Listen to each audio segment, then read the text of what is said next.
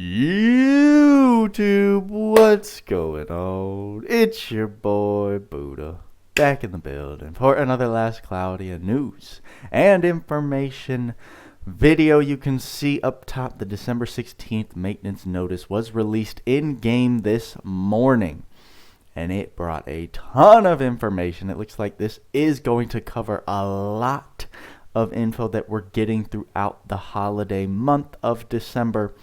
And it's some exciting stuff. I went ahead and skimmed through it. I'm very excited to actually look at the fine print and the details with you all for the first time. We just got done watching the Saintly Lilebette info reveal. And like I said in that video, your boy Buddha, easy skip, I think, overall. We'll see what the last week of December brings, hopefully. That DOH unit that we're all speculating and hoping for. Hopefully we didn't raise our expectations too high, but we shall see. But that's not what this video is about. We're going to get into the maintenance notice after I get through my little disclosure. Subscribe if you're new, like the video, and turn on all bell notifications if you want to make sure and know exactly when I post a video. You won't be out of the loop in case of emergency situations. Gotta show love to the Buddha fam, of course, every single video, because y'all are taking that extra step to support your boy, and I can't say anything but thank you. If you are looking for information on how to become a Buddha fam member, go ahead and click that join button down below, or check the pinned comment in the comment section. That'll take you to a link that gives you all the deets, and I thank you if you are considering becoming part of the Buddha fam, and to my current Buddha fam. Love you guys. Now back to the program maintenance notice. Let's just look what we got going on. December 15th at 11 p.m. to December 16th 2 a.m. That is maintenance tonight, everybody. We're going to be experiencing a 3-hour maintenance. That's Pacific time, so make your adjustments accordingly. Maintenance details, guys. New unit arc. We know who that is. Event updates, Gacha Updates, 5-star released for select units. Data updates, promotion updates, shop updates, other updates, and compensation, which will be a nice little treat at the end. We can see the in-game icons for the Lilebette coming and the Santa Girls LR coming on banner. We know that this is limited time, of course, because they love their limited time. Event updates, we're getting the Event Yule Crisis released. The red and the black. Saintly Lilebette looking fierce with her little shoulder tattoo. Play a fun story about Lilebette. In this event, you can play a lighthearted tale that spotlights Lilebette. On the northern continent of Granzelia, Yuletide approaches. To the east in Blaze Garden, where humans and beasts live together. A red-haired girl was wearing a familiar red costume. She was unexpectedly charged with the task of delivering presents to all the children of the land. Here is where a hectic night that brings her all over the continent begins. However, it wasn't Santa's mission of giving out gifts that caused so much trouble, but a series of odd incidents that the girl encountered. How interesting. Collect extra battle tickets. In this event, there are quests with route in the quest name. In the route quests, you can get extra battle tickets that can be used to challenge the extra battle. You can get the Light of the World as a first clear reward, and various mission rewards depending on the number of clears. Take part in the extra challenge battle, where you get guaranteed Arc Ether 2%. Very, very, very useful for players that don't have all of their Arc Ethers grinded out. I know I'm getting very close, but I can still take advantage of this, and it's very helpful. 2% guaranteed each run is the equivalent of 200 auto farm runs out of the 10,000 that it takes to get an Arc from 0 to 100%. Strictly by Arc Ether farming, so it's a pretty big deal if you can just shave off that amount every single time you run it. Granted, it probably will take a chunky size of battle tickets, or chunky amount of battle tickets to do the quest, but I promise if you focus your efforts a little bit, it's definitely worth it. Definitely worth it. I've upgraded a ton of arcs through things like this. Test your metal in a high difficulty quest, where we can get a Visionary Radiance and a Rainbow Mega Cluster. Sounds good to me. And then here we can get the LR arc that was available last year to be able to grind. For collector's sake, I'm very happy about this because I missed out on it. My account just wasn't where it needed to be in order to grind out what I needed for this free LR basically, so we're definitely taking advantage and getting it this year. Get an event exclusive stamp. Always nice when they throw in stamps. And, of course, here are the bonus event units that will give you bonus XP, AP, and event points. Sounds great to me. Gacha updates. So here it is, Yule Illuminations. That's a hard thing to say with these extra teeth in my mouth. Gacha. We've got the Gacha rate up, we've got the Gacha step up, and we've got the ticket Gacha. Notice how there's no rate up, because no, why would they give a rate up on tickets? It makes no sense. In the step up Gacha, Saintly Lilebette is guaranteed on the lap 4, step 5. This is probably going to be, because it's a seasonal unit, you can't pity her through free crystals. You can only guarantee her if you do paid summons up to lap 4, step 5. So get those wallets ready if you're trying to guarantee yourself a Lilebette. And then we've got the Redux of Glimmering Sacred Knight Gacha. We'll see if she does get her 5-star enhancement in the list of 5-star units. I can't imagine that she wouldn't be included, but that seems to be the next thing, and there she is right there. So, of course, because I don't imagine we're going to be looking at too much, we will look at these 5-star buffs in this video. Saintly Lilebette isn't included here, but Theria, Ruuto, Kyle, Baran, Rabbala, and DXR is finally getting his 5-star buff. That's going to be a big deal. Actually, should I save it? I'm going to save it. Maybe not. No, I'm not. We're going to look at it here because I'm impatient. Tap to check skills. Wow, okay, yeah, she's getting a big buff, but she, again, also is a very outdated style unit, so this doesn't surprise me. So let's go ahead and look at Saintly Theria. She's coming with Starverse, Auto Recast, and Light Critical Raise. I mean, those are 2 big skills that she's getting right there. Trait 1, Light Attack Damage plus 60% and Damage Cap plus 12,000, you say. Okay. Chance for light magic attacks to greatly cut mind and deal damage. Physical attack, special damage taken minus 20%. If only they could have given damage caps like that to all of the old units. Your boy Buddha would have been very happy. Trait 2, Battle Start. Randomly apply high generation, high vitality, high protection, or high magic barrier to each ally. Plus stun, curse, and illness resist plus 1. That's quite a fun and handy little battle start trait. Nothing too crazy though. They really like these battle start buffs going on, right? That kind of all started with Sheeta.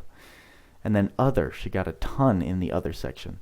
The light magic damage boost from trait 1 has been changed to a light attack damage boost to encompass all light attacks, right? Physical, magic, and special. The damage cap for levels 1 to 4 and the light attack damage boost for level 2 to 4 of trait 1 have been boosted. Yeah, no kidding. The amount of SCT restored by the special has been boosted. Okay, so her special restores SCT. I don't have Saintly Theria, so I don't know exactly what she does. But it seems like she's getting some sizable buffs from what I'm noticing.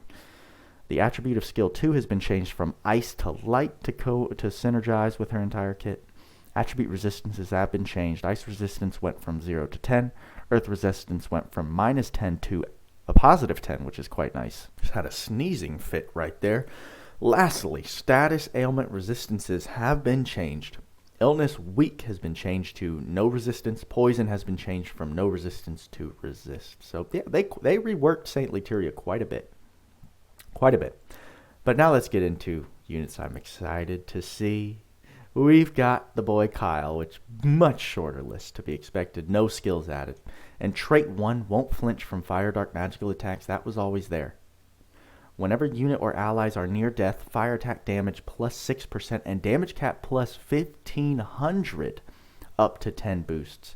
So in essence, if you get the max amount of damage boosts, Kyle got a 5,000 damage cap from what I'm gathering here. The percentage attack damage doesn't really concern me too much. And then trait 2 HP cap plus 2,500 and plus 1,500 more in boss battles. When an ally takes lethal damage, allies get 1 HP and barrier equal to unit HP. 2 times per wave. Barrier ends when unit dies. I'm not seeing anything too wild with Kyle here. So, he didn't need any crazy buffs from where his kit already stood. So just giving him some extra percentages, little extra damage caps, and HP caps makes sense to me. Especially with how we know Adel has been treating these 5-star buffs. They're not really like buffs to power creep units up.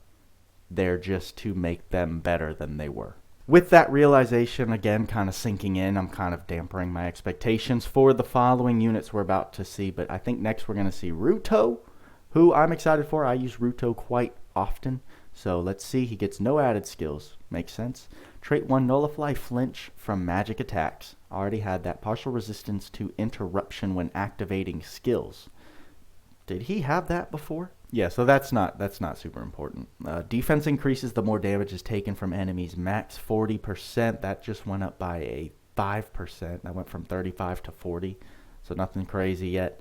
Trait 2, when taking damage from enemy attacks that target all, damage to unit plus 80%. So that's actually coming down from plus 100%. And damage to allies minus 50%, that's staying the same. When unit is incapacitated, defense in mind plus 60, that's going up from 50. And physical flinch null buff for all allies is the same. Again, just changed and modified the percentages by a very fractional amount. The 80% is quite nice because that's 20% less damage than Ruuto would be taking, but it's still nothing to really merit a celebration by any means. Baran. I don't even want to look out of my peripheral, but let's just rip the band-aid off. No skills added, which makes sense. No attribute damage cap plus 5,000. What was it before? Isn't it like 4,000? Where you at, Big B? Yeah, so, okay, so he gets a 1,000 damage cap there.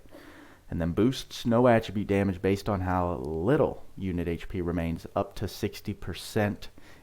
Originally at 4-star, it's at 50%. And trait 2, when using a skill, can't be interrupted by most attacks, which is a beautiful thing. When physically attacking, chance to absorb 7 to 14% of damage dealt as HP. That's going up from 6 and 12, so just a little itty bitty increase. Oh! Hurts my soul. Even though I just said I'm going to damper my expectations, but I think I'm just a liar. Rabbala I don't have, so I can't compare, but she gets earth attack damage plus 50%. Damage cap plus 7,000. Boost earth attack damage based on number of ally enemy sorcerers, excluding unit. Max damage plus 50% and damage cap plus 10,000. So 17,000 total from all of this. I can't remember what it used to be. I think it was 10,000 total from everything, maybe. Yeah, I don't quite remember, so I don't know how significant these increases are on Rabbala specifically. And then trait 2, transfer earth attacks to inflict exsanguinate debuff. Cuts HP upon using skills. When attacking an inflicted enemy, damage plus 50% and chance to absorb 8% of damage dealt as HP. Moving on. We got the DXR, list of added skills. Defense up 4, decoy, guard charge, power circulation, regular attack boost. Regular attack boost, that's actually great. Machine boost, machine high boost, anti-fizz armor. Trait 1, HP 50% or less, chance to apply a movement speed up. Strength int 60%, defense mind minus 40% buff. Oh, geez, that's not great at all. Well, DXR, they haven't done much with these monster unit buffs, so it doesn't surprise me, but got a sizable amount of skills. I won't be taking advantage of DXR 5-star anytime soon, so that is the list of 5 stars. We're just going to close that and keep moving on. Data updates. Okay, on to something we can celebrate, which is another GodForge. More endgame content. Tweaks is going to be excited. That boss looks incredible. I can see why Tweaks changed his profile picture. We've got the Archspiritess Lastoria added to the GodForge Dominion. Such complicated names. Going to be bringing 7 pieces of equipment to the GodForge Alchemy. So your boy Buddha's list of GodForge just doubled, basically. Quite insane. And then we get our ever-evolving GodForge schedule, where it just becomes impossible to choose which one you're working on until you get a lot of these done. Promotion updates. We have something new called the Last Cloudia New Year Giveaway. I see a lot of interesting stuff. URs, rainbow potions, god spheres, crystals. Haven't seen something like this before. Between December 16th and January 5th, Last Cloudia New Year giveaway will be held. Meet the required conditions for a chance to win spectacular items. Of those who meet certain conditions, some will receive some spectacular items. Rewards including winning a UR, Arc, or enough crystals over 100,000 for a year's worth of gacha spins. I mean, do they understand? Like, this is so subjective. Yeah, if I summon 300 a day, but like, this is only 10,000 over pity for one unit. So like, what are we actually talking about? Still, that's the ridiculous amount of crystals they're giving away. All you need to do is log in to Last Cloudia once before January 5th and have a player rank of 5 or higher. So everyone is entered into this basically. Promotion details, you can see here the prizes. One winner, they'll get the Year of Crystals. They'll get 10 gacha spins. So they'll get 3,000. UR Arc prizes. There's 3 winners for each of these. Oh my god, they're putting out Gwar. This is all I want. This is all I want from this. You can keep your 100,000. All I want is this Great War of Ruin. Like, geez Louise. Okay, that's interesting. Well, there's the list of rewards. I'm not going to be too crazy here. Everyone's going to get 300 at least. You're going to get 1 spin from this, but we'll see who gets super duper lucky in this giveaway. Very interesting. Very interesting. So that's cool. That's a nice little touch. Trading promotions release. Stat power up campaign, of course, comes with all of the different things we expect. Special gears making a return. Soul Field is very nice for new players trying to level up their arcs. There's the Christmas login bonus. Not very long. Part 1, Part 2, so 10 days in total. And let's go back to the news. Arena promotion, 4 times everything. We've seen it before. Just lets you grind out your arena rankings faster, get some arena points quicklier. I'm making that word up today. Shop updates. Always pick up that free pack that comes whenever a new unit is released. And other updates, guys. This I did see before I started the video, and I'm glad we get to end it off because I feel like this video started off with such high expectations that we have dipped down. I really need to stop having high expectations until we get to here, because the first game improvement is removal of HP locks for bosses when a certain HP threshold is met in limit breaker fields and ability gates in God and God multi-difficulty quests. I'm assuming that's everyone. That's every boss. Every single boss except for GodForge. I think GodForge, they're keeping it that way, but in terms of limit breakers and ability gates, HP locks, they have finally listened to the community and realized that HP locks are not something that anyone enjoys. So thank you, Adel. It's a big come up right there. In the Alchemy Lab, the following functions have been added to equipment enhancement: filter, sort, and display only held items. We'll take it, right? It's at least some type of quicker way rather than scrolling through your entire list. Added a function to enhance a unit/arc from the edit screen on the start quest screen. I actually am happy about this because there are times when I'm about to jump into a quest and I realize that, oh, I can maybe push the awakening for this unit up 1 more level. But when you're in the start quest screen, you actually can't enhance your units or awaken them in any way, shape, or form. So it sounds like they're getting rid of that. You would notice that like the options were grayed out. You couldn't click them. So now it is possible to work on all that rather than having to go all the way back to the home screen in order to enhance your units. Added a function to enhance I just read that. For units that can be 5-star enhanced, 5 stars are initially displayed on the enhance button on the unit screen. I don't quite understand what that means, but okay.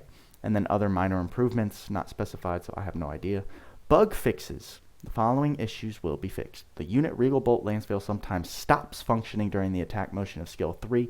I notice this in Arena all the time. If Lanceveil goes to chop and he misses the enemy that he's targeting, he'll literally just stand there motionless and exposed until the designated amount of time the S3 would take to activate or complete expires. Very annoying. And then this one I also notice a ton. Sometimes tapping home on the bottom left of the screen takes you to the world map. Yes, even if you don't long press the screen. Long press the screen. Does that mean hold the button for a long time, like an extended amount of time? Because yes, that happens to me all the time. I'll tap the home screen and it'll take me to the world map. It's quite frustrating. In multiplayer, if the room master unit is incapacitated, the set summoning stone can't be activated. Okay. In multiplayer, when using Guardian Angel Luke, your special skills are grayed out and cannot be activated. I never personally ran into that one. In multiplayer, in the giant Kraken battle, after certain attacks, some units become inoperable. I never experienced that. The level icon of an arc may be rainbow colored. This is a sad day for the day oneers and mega collectors, because the feature where a level icon for an arc turned rainbow colored was removed in the past. But there are some cases where arcs still turn rainbow colored. This has been fixed. So their fixed is a depressing answer for Jawline, who worked his hardest to get the Near Automata high-speed shopkeep arc maxed out, literally, because there is a cap on how much you can extend an arc. And when the game first launched, if you extended an arc, you extended its stats, you extended its skills if possible, you extended all of the teachable skills to their max amounts, the arc level would turn rainbow, which I think was a dope feature. Just an extra layer of collector bragging rights. And they decided, nope, this isn't something we want in our game, so it has been fixed. All has been removed. So for those of you with any rainbow arcs, can't say it anymore because it's not a thing. Minor bug fixes coming. Compensation. During this maintenance, compensation will be distributed for the unexpected behavior that occurred in the Benevodon of Darkness events Path to Benevodon quest. They're giving us all 500 crystals, which, of course, quite nice. That's more than a single summon, so more generous than they've been a lot of times in the past. Thank you for playing Last Cloudia, the Last Cloudia management team. Quite a lengthy and packed update with some very underwhelming stuff, with some very exciting stuff. So I think it balances out. Of course, you got to appreciate that the developers are constantly trying to improve the game. At least they're not being just radio silent during a time of hype, right? Holidays, New Year's. It's a big time to take advantage of a celebration type update. And this is definitely kicking it off. I expect there to be a lot more information released in the following 2 weeks. For the last week of December, I think we're going to get another DOH unit shift rolling. And we'll probably get the rest of the celebration New Year's info, because the New Year's, I think, is more of a celebrated thing over in Japan rather than Christmas. Or I could be totally wrong there. We'll have to just wait and see, but those are my speculations. Guys, I gotta cut the video, get to editing. This is a long one. That's all I got for you this time. Let me know your thoughts and comments below. And y'all know what we say. Work hard, play harder. See you in the next video.